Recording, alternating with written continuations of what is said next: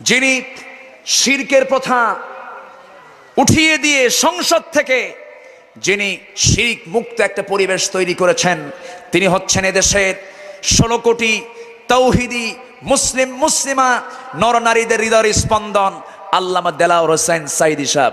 তিনি প্রথম পার্লামেন্টে গিয়ে, সেখানে একটা সিস্টেম ছিল, প্রত্যেক পার্লামেন্টেরিয়ানকে মাথাটা নিচু করে স্পিকারকে সম্মান দিয়ে ভিতরে ঢোকা লাগতো।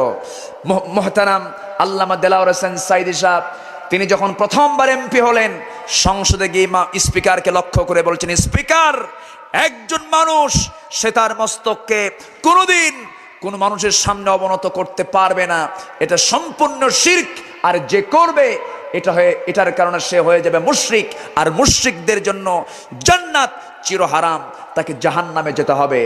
এখানে 300 জন পার্লামেন্টেরিয়ান এসেছেন, 300 জন মাথা মস্তকটাকে অন্যের সামনে নত করে দেওয়া মানে হলো 14 কোটি মানুষের শিরকের পথে মানুষকে ঠেলিয়ে দেওয়া।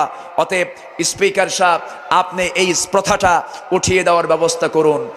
তখনই সংসদ থেকে মাথা নত করার এই সিস্টেম, শিরকের প্রথা সেখান থেকে মূলোৎপাটন করা হয়েছে, আর সেই সিস্টেম নাই। আল্লামা সাঈদী সাহেব গোটা দেশের মানুষকে শিরক মুক্ত করেছেন, আলহামদুলিল্লাহ। আর সেই মহান ব্যক্তিত্বকে আজকে কারাগারে বন্দি রেখে যে মানবতার জীবনযাপন তিনি করছেন, তার প্রতি যে জুলুম নির্যাতন নিপীড়ন করা হচ্ছে, আমার তো মনে হয় এর কারণে আল্লাহ পাকের গজব এই জমিনে নাজিল হতে পারে।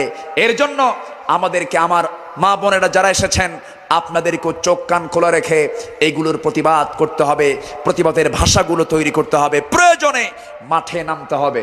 আমার মায়েরা, অবশ্যই নাম্বার 4 হলো ওয়াস-সাদিকিন ওয়াস-সাদিকাত, সত্যবাদী পুরুষ এবং নারী। একজন মানুষ, একজন মুসলমান নরনারী, একজন মুমিন মুমিনা নরনারী, একজন অনুগত নরনারী কখনো মিথ্যা কথা বলতে পারে না। আল্লাহ রাব্বুল আলামিন বলেন, ইয়া আইয়ুহাল্লাযীনা আমানু তাকুল্লাহা ওয়া কুলু কাওলান সাদীদা।